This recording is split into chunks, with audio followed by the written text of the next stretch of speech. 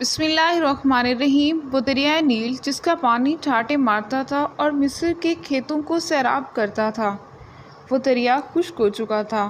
مصر کے لوگ یہ دیکھ کر پریشان ہو گئے۔ ایسا پہلی بار نہیں ہوا تھا، ہر سال دریائے نیل خشک ہو جاتا۔ مصر کے لوگوں کا کہنا تھا دریائے نیل ہر سال انسانی قربانی مانگتا ہے۔ جب وہ یہ قربانی دے دیتے ہیں تو دریائے نیل پھر سے ٹھاٹے مارنے لگتا ہے اور لوگ خوش ہو جاتے ہیں۔ ان کی کھیتیاں پھر سے لہلہانے لگتی۔ اب ایک بار پھر دریائے نیل خشک ہو چکا تھا۔ لوگوں کے چہرے پریشانی سے مرجھا گئے تھے۔ دریا اس بار پھر ایک انسان کی قربانی مانگ رہا تھا، وہ سب مجبور تھے۔ انہی دنوں حضرت عمر بن عاص رضی اللہ تعالیٰ عنہ نے مصر کو فتح کیا تھا۔ مصر میں فوجیں موجود تھیں۔ امیر المومنین حضرت عمر فاروق رضی اللہ تعالیٰ عنہ نے حضرت عمر بن عاص رضی اللہ تعالیٰ عنہ کو گورنر مقرر کیا تھا، اور اس کے چند دن بعد ہی دریائے نیل خشک ہو گیا۔ لوگوں کی پریشانی دیکھنے کے قابل تھی۔ لوگ دریائے نیل میں انسانی قربانی کی تیاری کرنے لگے۔ اب لوگ خوش تھے کہ دریائے نیل انسان کی قربانی کے بعد ایک بار پھر بہنا شروع کر دے گا اور ہر طرف خوشحالی ہی خوشحالی ہوگی۔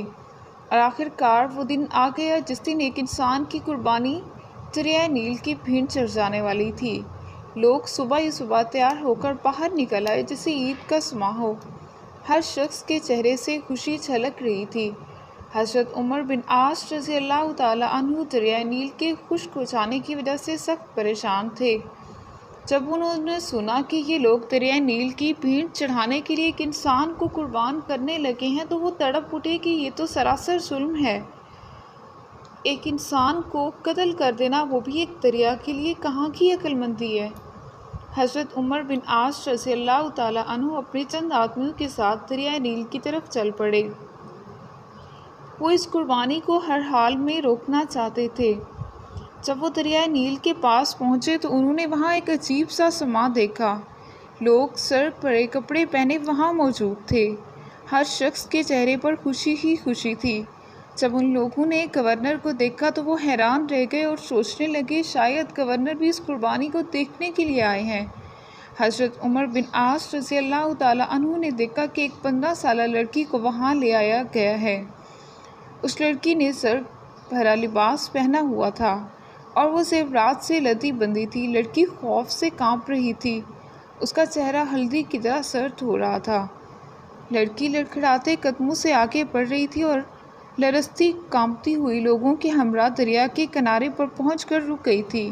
اس نے مڑ کر اپنے باپ کو دیکھا۔ باپ کی آنکھوں میں آنسو تھے اور وہ مجبور تھا۔ لوگ اس کی بیٹی کو کیسے موت کی منہ میں دھکیل رہے تھے اور وہ کچھ بھی نہیں کر سکتا تھا۔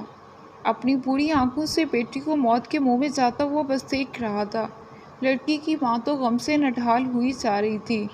لڑکی ہاتھ چھڑا کر اپنے باپ کی طرف دوڑی۔ لوگ اس کے پیچھے پیچھے بھاگ اٹھے اور وہ لڑکی کو روک کر پھر دریا کے کنارے پر آ گئے۔ لڑکی رو رو کر التجا کرتی رہی کہ خدا کے لیے مجھے چھوڑ دو، میں مرنا نہیں چاہتی۔ لوگوں نے اسی مضبوطی سے پکڑ لیا۔ حضرت عمر بن عاص رضی اللہ تعالیٰ عنہ کے صبر کا پیمانہ یہیں پہ لبریز ہو چکا تھا اور وہ لڑکی کو لوگوں کی قید سے چھڑاتے ہوئے بولے، یہ سب کیا ہے؟ تم اس لڑکی کو کیوں ہلاک کرنا چاہتے ہو؟ لوگ گورنر کی بات سن کر پریشان ہو گئے۔ لڑکی بھاگ کر اپنے ماں باپ کے پاس چلی گئی۔ لڑکی کی ماں نے آگے بڑھ کر اسے اپنے سینے سے لگا لیا۔ لڑکی سسکیاں لے لے کر رو رہی تھی اور ماں اسے چپ کرانے کی کوشش کرتے ہوئے خود بھی رو پڑی۔ لوگوں نے کہا، اے امیر المومنین، دریائے نیل خشک ہو چکا ہے۔ وہ ہر سال ایک انسان کی قربانی مانگتا ہے۔ یہ سن کر حضرت عمر بن عاص رضی اللہ تعالیٰ عنہ نے ناگواری سے لوگوں کی طرف دیکھا اور پوچھا، کیا ہر سال یہ دریا اس طرح خشک ہو جاتا ہے؟ حضرت عمر بن عاص رضی اللہ تعالیٰ عنہ نے کہا، یہ تو ظلم ہے۔ لوگوں نے کہا، اے امیر المومنین، ہم ہر سال چاند کی 11 تاریخ کو ایک نوجوان لڑکی کا انتخاب کر کے اس کے والدین کی رضامندی سے اس لڑکی کو زیورات اور خوبصورت لباس پہنا کر دریائے نیل کی بھینٹ چڑھا دیتے ہیں، پھر دریا کا پانی بہنا شروع ہو جاتا ہے۔ یہ سن کر حضرت عمر بن عاص رضی اللہ تعالیٰ عنہ نے کہا، اسلام ان سب باتوں کو پسند نہیں کرتا۔ تم ہر سال ایک انسان کو قتل کر دیتے ہو، دریا کی بھینٹ چڑھا دیتے ہو، یہ تو سراسر ظلم ہے۔ اسلام ان فضول باتوں کو مٹانے کے لیے آیا ہے، آئندہ تم ایسا کچھ بھی نہیں کرو گے۔ لوگ بولے، پھر تو دریا خشک ہو جائے گا، ہماری کھیتیاں برباد ہو جائیں گی، ہم بھوک سے مر جائیں گے، ہمارے جانور ہلاک ہو جائیں گے۔ حضرت عمر بن عاص رضی اللہ تعالیٰ عنہ نے کہا، تم پریشان نہیں ہو، ایسا کچھ بھی نہیں ہوگا۔ حضرت عمر بن عاص رضی اللہ تعالیٰ عنہ نے انہیں یہ رسم ادا کرنے کی اجازت نہیں دی۔ لوگ بڑے پریشان ہوئے کہ ایسا نہ کیا تو ہر طرف خشک سالی ہو جائے گی اور ہم سب بھوک سے مر جائیں گے۔ اب ان کی سمجھ میں نہیں آ رہا تھا کہ وہ کیا کریں۔ ان میں اتنی جرأت بھی نہیں تھی کہ وہ گورنر کے حکم کی عدولی کر سکیں۔ وہ سب خاموش سر جھکائے کھڑے ہوئے تھے۔ حضرت عمر بن عاص رضی اللہ تعالیٰ عنہ نے لڑکی کو اس کے ماں باپ کے ساتھ اس کے گھر بھجوا دیا۔ لوگ بھی آہستہ آہستہ وہاں سے جانے لگے۔ چند دنوں کے بعد دریائے نیل بالکل خشک ہو گیا، اس میں ایک بوند بھی پانی نہ رہا۔ لوگ بوکھلا گئے، ان کی کھیتی باڑی دریائے نیل کے پانی سے قائم تھی۔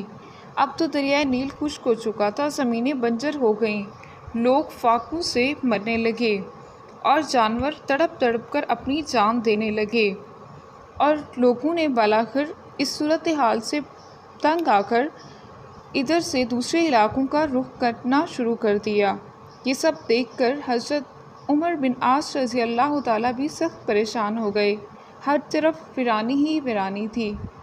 آخر کار اس پریشانی کے عالم میں انہوں نے امیر المومنین حضرت عمر فاروق رضی اللہ تعالیٰ عنہ کو ایک خط لکھا اور اس میں ساری صورتحال واضح کر دی کہ اے امیر المومنین حضرت عمر فاروق رضی اللہ تعالیٰ، یہاں یہ معاشرہ چل رہا ہے۔ حضرت عمر فاروق رضی اللہ تعالیٰ عنہ نے جب یہ خط پڑھا تو انہوں نے حضرت عمر بن عاص رضی اللہ تعالیٰ عنہ کو جواب میں لکھا کہ تم نے مصریوں کو بہت اچھا جواب دیا ہے، اسلام ایسی باتوں کی اجازت نہیں دیتا اور ایسی باتوں کو مٹانے کے لیے آیا ہے۔ میں اس خط کے ساتھ ایک رکا بھیج رہا ہوں، تم یہ دریائے نیل میں ڈال دینا۔ حضرت عمر بن عاص رضی اللہ تعالیٰ عنہ کے پاس امیر المومنین حضرت عمر فاروق رضی اللہ تعالیٰ عنہ کا خط پہنچا تو انہوں نے خط کے بعد وہ رکا بھی پڑھ لیا جو دریائے نیل میں ڈالنے کے لیے تھا۔ اس میں تھا، خط اللہ کے بندے عمر بن خطاب کی طرف سے دریائے نیل کے نام تھا۔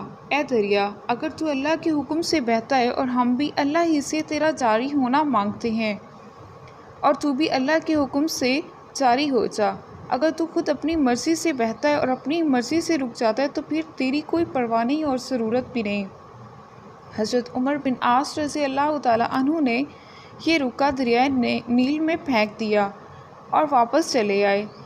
جب صبح مصر کے لوگ بیدار ہوئے تو یہ دیکھ کر حیران رہ گئے، اللہ تعالیٰ نے دریائے نیل کو اس طرح جاری کر دیا تھا کہ اس کا پانی پہلے سے کہیں زیادہ چڑھ گیا تھا اور دریا میں طوفانی آئی ہوئی تھی۔ لوگ یہ دیکھ کر خوشی سے چلا اٹھے کہ دریا تو جاری ہو گیا۔ اس دن سے اب تک دریائے نیل اس طرح جاری و ساری ہے کہ ایک لمحے کے لیے بھی اس کا پانی خشک نہیں ہوتا۔ سینت کے خزانوں کو الماس کہتے ہیں، لگے تڑپ پانی کی تو اسے پیاس کہتے ہیں۔ یوں تو سب کی پیاس بجھا دیتا ہے دریا، جو دریا کی پیاس بجھائے اسے عمر بن خطاب کہتے ہیں۔ سبحان اللہ۔